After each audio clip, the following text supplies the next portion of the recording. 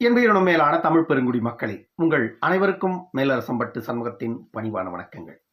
அன்பு உறவுகளே, நம்முடைய சேனலை நீங்கள் பார்ப்பது இதுவே முதல் முறையாக இருந்தால் உடனடியாக சப்ஸ்கிரைப் செய்து கொள்ளுங்கள்.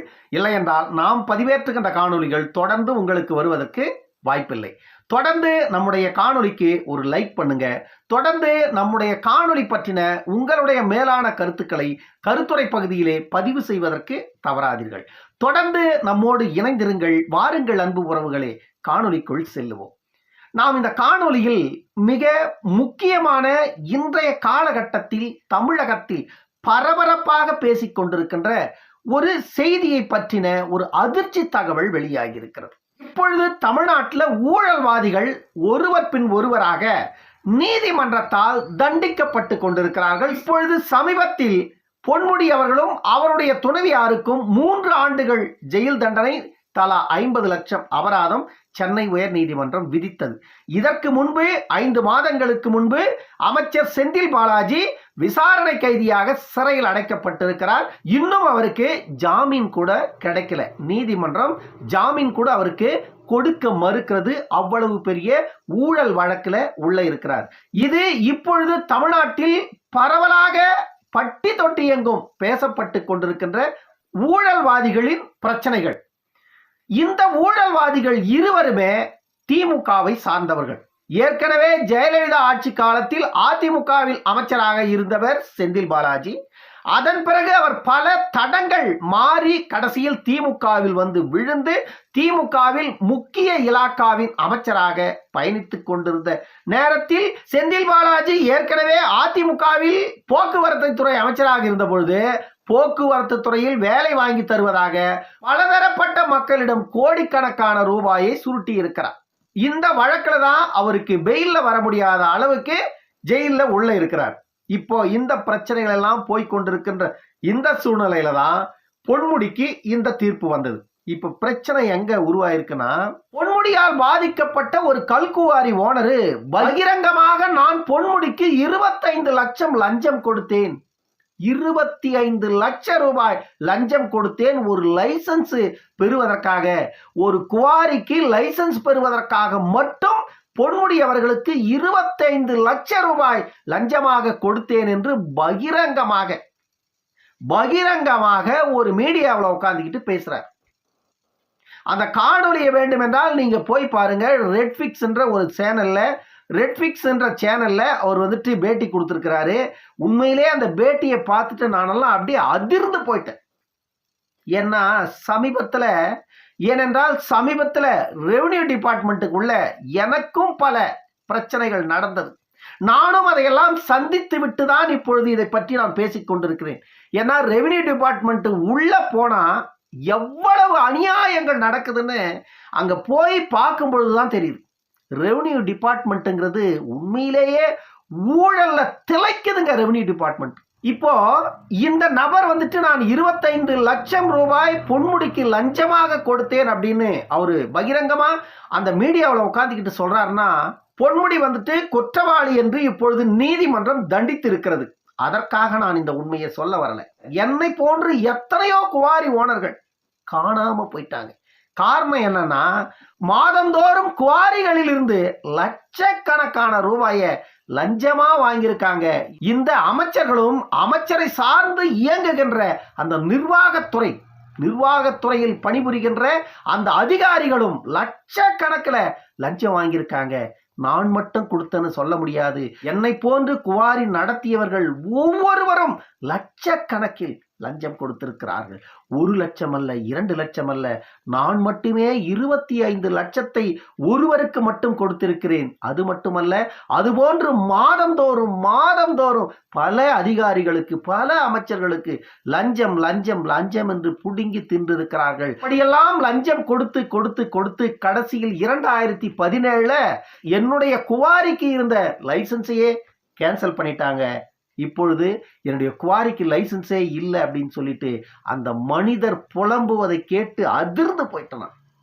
ஏன்னா ஒவ்வொரு மனிதனும் சாதாரண கடைகோடி மனிதன். சொந்த ஊரு ஈரோடு மாவட்டம்னு சொல்றாரு. ஈரோடு மாவட்டத்துல வாழைத்தோட்ட வலசி அப்படிங்கிற கிராமத்துல பிறந்து அங்க இருந்து வந்துட்டு கிருஷ்ணகிரி மாவட்டத்துல அவருடைய தொழிலை தொடங்கி கல்குவாரி நடத்தி அந்த கடைசியில ஒரு குவாரி லீஸுக்கு எடுத்து அந்த குவாரியில கொஞ்சம் சம்பாதிச்சு இன்னொரு குவாரி எடுத்து அதுல கொஞ்சம் சம்பாதிச்சு ஒவ்வொன்றுலயா கொஞ்சம் கொஞ்சமா சம்பாதிச்சு ஏற்கனவே பல குவாரிகள் ஃபெயிலர் ஆகி போயிருந்த குவாரிகள் எல்லாம் இவர் போய் லீஸுக்கு எடுத்து இவருடைய கடின உழைப்பால அந்த குவாரியை சக்சஸ் பண்ண உடனே அந்த குவாரியை விட்டு அவரை காலி பண்ணியிருக்காங்க. இப்படி பல இடங்கள்ல நடந்த பிறகு சொந்தமா ஒரு குவாரியை துவங்கலாம்னு சொல்லிட்டு சில ஏக்கர் நிலத்தை வாங்கி அதுல ஒரு குவாரி ஸ்டார்ட் பண்ணியிருக்காரு. அந்த கல்குவாரிக்கு லைசன்ஸ் வாங்குறதுக்கு மட்டுமே 25 லட்சம் ரூபாயை பொன்முடி லஞ்சமாக பெற்றிருக்கிறார்.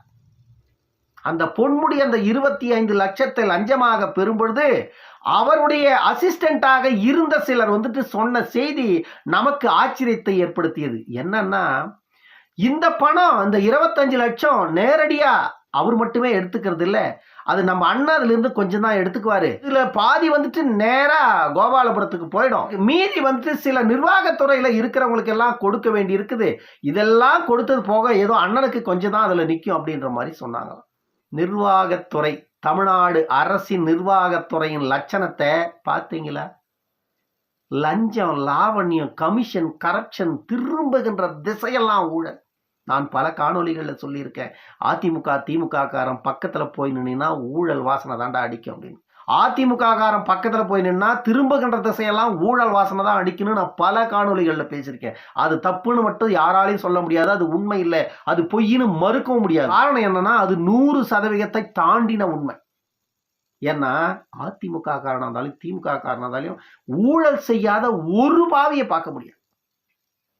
இந்த செல்வம்ங்கிற இந்த கல்குவாரி ஓனர் இன்னைக்கு கோடிக்கணக்கான ரூபாயை இழந்துட்டு அனைத்து குவாரிகளும் லைசன்ஸ் இல்லாத மூடிட்டு இன்னைக்கு அவர் வந்துட்டு வீதியில நின்றுட்டு இருக்காராம். அந்த நிலைக்கு நான் ஆளாயிட்டு இருக்கேன். நாளைக்கே என்னுடைய உயிர் போனாலும் கூட பரவாயில்லை, நான் ஏற்றுக்க தயாரா இருக்கிறேன். ஆனா இந்த உண்மை உலகுக்கு தெரியணும் அப்படின்னு சொல்லிட்டு அவர் வந்துட்டு அந்த சேனல்ல பகிரங்கமா அந்த உண்மைகளை வெளிப்படுத்தி இருக்கிறாரு. இது தமிழக அரசியல் வட்டாரத்தில் எப்படிப்பட்ட பரபரப்பை ஏற்படுத்த போகிறது? இந்த உண்மை செய்தி வெளிவந்திருப்பதன் மூலமாக யாரெல்லாம் சிக்கப் போகிறார்கள்? ஒருவேளை அந்த மனிதர் இவ்வளவு பகிரங்கமாக தனக்கு நடந்த, தன்னை சுற்றி இயங்கிக் கொண்டிருந்த தனக்கு நடந்த பிரச்சனைகளையும் தனக்கு யாரெல்லாம் இந்த பிரச்சனைகளை ஏற்படுத்தினார்கள் என்ற உண்மைகளையும் அவர்களுடைய பெயர்களை குறிப்பிட்டே பகிரங்கமாக வெளியிடுகிறார்.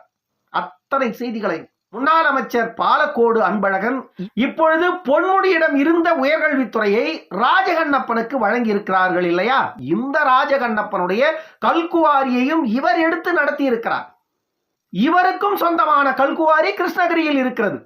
அந்த கல்குவாரியையும் இந்த நபர் எடுத்து நடத்தி இருக்கிறார் லீஸுக்கு.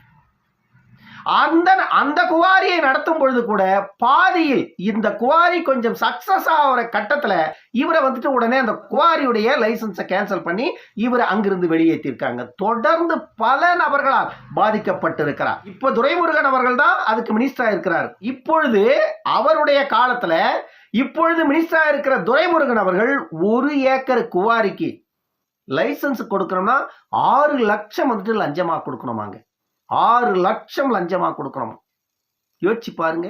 செல்வம் வந்துட்டு 25 லட்சம் ரூபாய் பொன்முடிக்கு லஞ்சமா கொடுத்த காலகட்டம் 2009 இருந்து 2010 காலகட்டத்துல அவர் லஞ்சம் கொடுத்தது வந்துட்டு 1 ஏக்கருக்கு 3 லட்சம் லஞ்சமாக கொடுத்தாராம். ஆனால் இப்பொழுது 1 ஏக்கருக்கு 6 லட்சம் லஞ்சமாக கொடுக்க வேண்டுமாம் கல்குவாரிக்கு லைசன்ஸ் பெறுவதற்கு.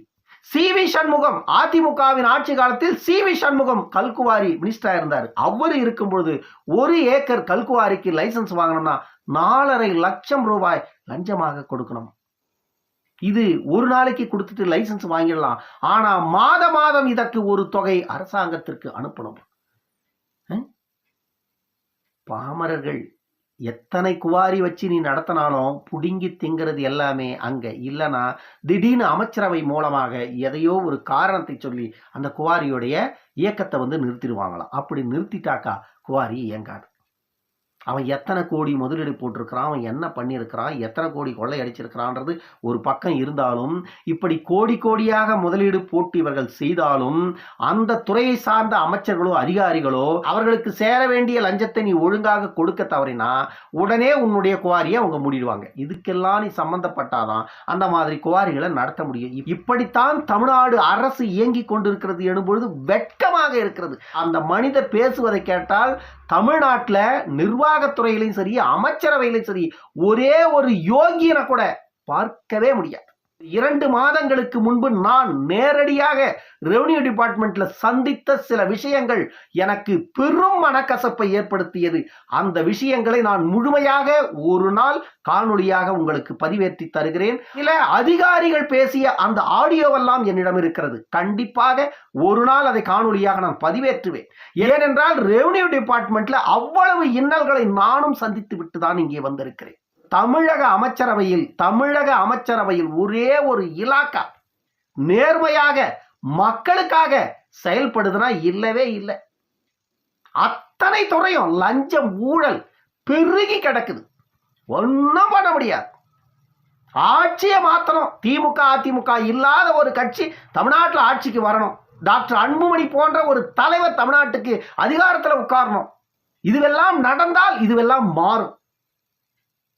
ஆனா இதுவெல்லாம் நடக்காத வரையில் இதுவெல்லாம் மாறுவதற்கு வாய்ப்பே இல்லை. ஒவ்வொரு அமைச்சரவை மாறும் பொழுதெல்லாம் மீண்டும் அவர்கள் அமைச்சராக இருக்கும் பொழுது இவர்களுக்கு யாரெல்லாம் கூஜா தூக்கினார்களோ அந்த அதிகாரிகளை உடனடியாக இடமாற்றம் செய்து இவர்கள் அழைத்துக் கொள்ளுவார்களாம். திமுக ஆட்சிக்கு வந்தால் மீண்டும் அந்த திமுகவின் செல்லப்பிள்ளைகளாக இருந்த அந்த ஊழல் நிர்வாகத்துறையில் பணியாற்றுகின்ற அந்த நிர்வாக அதிகாரிகள் எல்லாம் இவர்களிடம் வந்து சேர்ந்து விடுவார்கள். தொடர்ந்து இவர்களின் வேலை யாரெல்லாம் தனக்கு சாதகமாக நம்முடைய ஆட்சி காலத்தில் செயல்பட்டார்களோ நிர்வாகத்துறையில் அத்தனை பேரையும் பிடிச்சி மீண்டும் இவர்கள் தங்களுடைய கட்டுப்பாட்டுக்குள் வைத்துக் கொள்ளுவது, அவர்கள் மூலமாக கோடிகளை குவிப்பது, மீண்டும் ஆட்சிக்கு வருவதற்கு ஓட்டுக்கு பணம் கொடுக்கின்ற வேலையை பார்ப்பதற்கு இப்படி சுருட்டுகின்ற பணங்கள் தான் குவிக்கிறார்கள். பொன்முடி அவர்களுக்கு இப்ப இந்த தீர்ப்புல வந்த 1,70,00,000 சொத்து சேர்த்திருக்கிறார் என்பதுதான் நீதிமன்றத்தின் தீர்ப்பு. இதற்கு அந்த கல்குவாரியோட ஓனர் செல்வம் சொல்றாரு, 1,70,00,000 எல்லாம் என்னங்க, அது மாதிரி 100 மடங்கு அவரு லஞ்சமாவே பெற்றிருக்கிறாரு, அதெல்லாம் ஒரு மூலங்க அப்படின்றார். மக்களாட்சி நாடு, மக்களால் வாக்களிக்கப்பட்டு தேர்ந்தெடுக்கப்படுகின்ற சட்டமன்றம், சட்டமன்றத்திற்கு கீழே இயங்குகின்ற ஒரு பெரிய நிர்வாகம், இந்த நிர்வாகத்துறையில் இருக்கின்ற இத்தனை ஓட்டைகள், இத்தனை ஊழல்கள் கேட்பதற்கே நம்முடைய காதுகள் கூசுகிறது. அதிகாரம் ஒன்று மட்டும் தன்வசப்பட்டு விட்டால் அவர்களுக்கு வாக்களித்த சாமானிய மக்கள் எல்லாம் அவர்களுடைய காலடியில். வாக்கு செலுத்துவதற்கு முன்பு மட்டும்தான் உங்களிடம் அவர்கள் வருவார்கள். வாக்கு செலுத்தி அவர்கள் வெற்றி பெற்று விட்டால் அவர்கள் மேலே அவர்களுக்கு கீழே கூட நீங்கள் நிற்பதற்கு தகுதியற்றவர்களாக இன்று இருக்கின்ற இந்த ஆட்சியாளர்கள், இந்த திராவிட ஆட்சியாளர்கள் உங்களை மதிக்கிறார்கள். மக்களை முதலில் அதை புரிந்து கொள்ளுங்கள். தமிழகத்திற்கு ஆட்சி மாற்றம் இன்றியமையாதது. அது காலம் கடத்தி வருவதில் பயன் இருக்காது. இன்று வேண்டும், நாளை வேண்டும். 2026 என்பதே இன்னும் தூரம் இருக்கிறது. இன்னும் 3 ஆண்டுகள். அந்த 3 ஆண்டு கழித்தாவது வருகின்ற அந்த வாய்ப்பை பயன்படுத்தி கொண்டு அன்புமணி போன்ற ஒரு ஆளுமை மிக்க, மக்களை நேசிக்கின்ற, மண்ணை நேசிக்கின்ற எதிர்கால தலைமுறைகளை இப்படித்தான் உருவாக்க வேண்டும் என்று பல தொலைநோக்கு திட்டங்களை வைத்துக் கொண்டிருக்கின்ற அன்புமணியை போன்றவர்களை தயவு செய்து தேர்ந்தெடுத்து தமிழகத்தின் அதிகாரத்தை கொடுங்க. இப்படிப்பட்ட ஊழல்வாதிகளை எல்லாம் களை எடுப்பதற்கு ஒரு வாய்ப்பாக அமை. இன்னொரு காணொலியில் சந்திக்கும் வரை உங்களிடமிருந்து விடைபெற்றுக் கொள்வது மேலரசம்பட்டு சண்முகம். நன்றி, வணக்கம் அன்பு உறவுகளே.